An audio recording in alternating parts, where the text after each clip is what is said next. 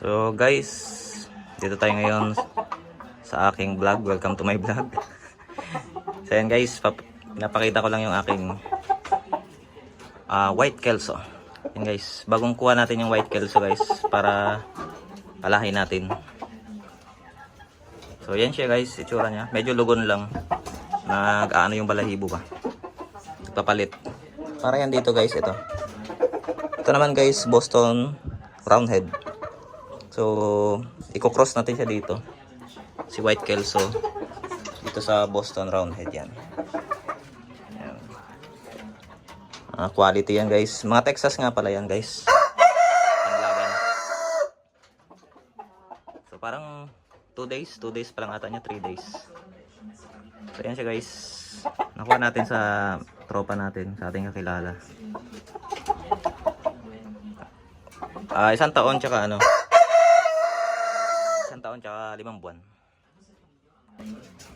So guys, meron pa tayo dito guys.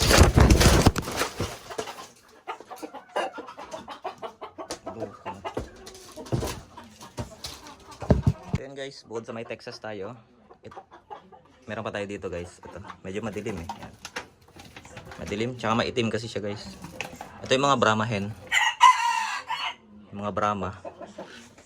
Pero puro sila babae guys. Yan. Hindi masyadong kita. Yan sila. So, pure Brahma yan guys. 2 babae nga lang. Sisiw natin yung in-order. Sisiw pa yan ang in-order natin. Ayan siya guys. Tapos, meron tayo dito. Yun, madilim na. SBR. Lalaki yan guys. Ayan tayo dito. Pumpkin hatch. Kaso lugon lang, lugon. Bantam. Tapos meron dito yung chabo. Yung chabo. 2 lalaki naman guys.